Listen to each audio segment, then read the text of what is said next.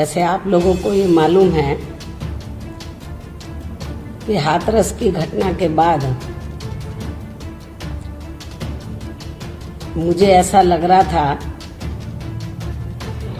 कि शायद यूपी में बीजेपी की सरकार कुछ हरकत में आएगी और यूपी में जो मन चले लोग हैं, जो बहन बेटियों का उत्पीड़न कर रहे हैं, महिलाओं का उत्पीड़न कर रहे हैं, तो उन पर ये सरकार जरूर अंकुश लगाएगी। लेकिन ऐसा नहीं हुआ। बड़े दुख के साथ कहना पड़ता है कि जब मैं आज सुबह उठी और मैंने न्यूज़ वगैरह देखा तो मुझे मालूम हुआ कि हाथरस की तरह ही तो बलरामपुर जिले में भी एक दलित छात्रा के साथ लगभग ऐसी ही घटना घटी और उसकी मौत भी हो चुकी है, जो अति दुखद है, अति निंदनीय है। तो कहने का तात्पर्य ये है कि उत्तर प्रदेश में वर्तमान भाजपा सरकार में तो कानून का नहीं बल्कि गुंडों, बदमाशों, माफियाओं, बलात्कारियों एवं अन्य अराजक तत्वों का राज चल रहा है और यह कानून व्यवस्था पूरी तरह से दम तोड़ चुकी है। खासकर इस सरकार में यहाँ की बहन बेटियां तो बिल्कुल भी सुरक्षित नहीं है। जैसा कि मैंने अभी आपको बताया कि मैं सोच रही थी कि हाथरस के बाद ये लोग हरकत में आएंगे, लेकिन नहीं आए। और बलरामपुर की घटना जब मैंने आज सुबह न्यूज़ में देखी तो मुझे झकझोर दिया।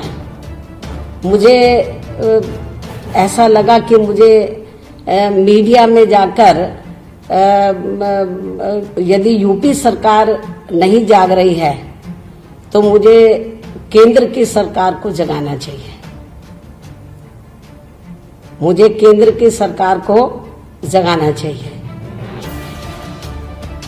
और उत्तर प्रदेश में आप लोगों को ये मालूम है कि जब से ये सरकार बनी है तो ये सरकार कानून व्यवस्था के नाम पर अब तक पता नहीं कितने फरमान जारी कर दिए हैं। इस सरकार ने आए दिन लोगों के मकान खूब तोड़े हैं, एनकाउंटर भी खूब किए हैं। अब इसमें कितनी सच्चाई है ये तो आने वाला समय बताएगा। लोग तो ये कहते हैं कि जो कुछ भी इन्होंने अभी तक कार्रवाई की है लोगों के मकान तोड़ने में और एनकाउंटर में, तो इसमें ईमानदारी कम है बल्कि राजनीतिक स्वार्थ ज़्यादा है। मेरे ख्याल ये बहुत ही ये नीचे किस्म की ये हरकत है। यदि ऐसा है जो लोगों की आम चर्चा है, यदि इसमें सच्चाई है तो ये इससे कोई यूपी की सरकार को हम अच्छी सरकार नहीं कह सकते हैं।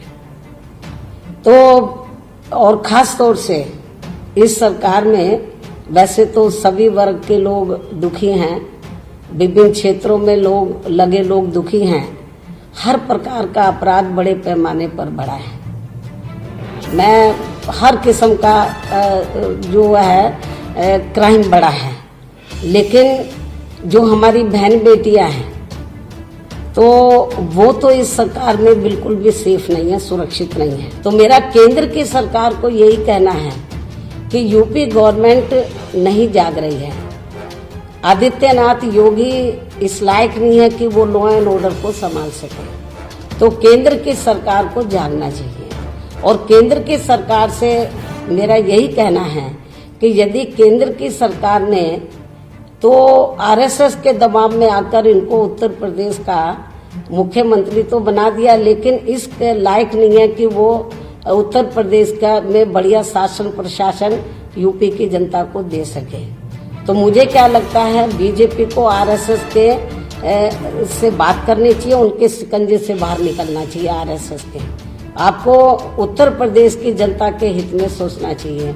और मेरा केंद्र की सरकार को यही कहना है कि बेहतर होगा तो आदित्यनाथ योगी को तो जहां उनकी असली जगह है गोरखपुर में मठ में वहां बैठा दें, और यदि उनको गोरखपुर का मठ भी अच्छा नहीं लग रहा है तो अयोध्या में राम मंदिर का निर्माण हो रहा है तो बीजेपी ये काम उनको सौंप दे तो ज्यादा बेहतर होगा। कम से कम जो आए दिन हमारी बहन बेटियों की इज्जत आबरू लूट रही है वो तो रुक जाए, और इसके स्थान पर वो किसी और ऐसे काबिल आदमी को मुख्यमंत्री बनाए तो जो उत्तर प्रदेश की जनता को अच्छा लॉ एंड ऑर्डर दे सके।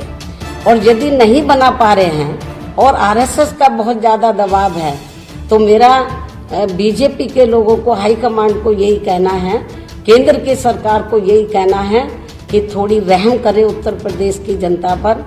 आबादी के हिसाब से तो उत्तर प्रदेश देश का सबसे बड़ा प्रदेश है, और मेरा माननीय प्रधानमंत्री जी से ये कहना है कि आप उत्तर प्रदेश से चुनकर आए हैं, वाराणसी से, कम से कम आपको तो ध्यान रखना चाहिए।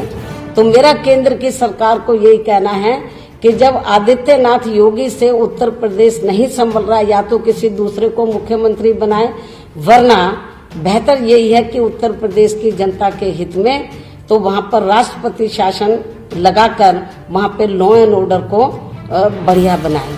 और मैं मांग करती हूँ कि उत्तर प्रदेश में जो इस समय जंगल राज चल रहा है, कानून व्यवस्था चरम पर आ गई है, तो मेरी केंद्र की सरकार से यही कहना है कि यहाँ पर उत्तर प्रदेश की जनता के हित में बेहतर यही होगा, बहन बेटियों के हित में यही बेहतर होगा कि यहाँ पर राष्ट्रपति शासन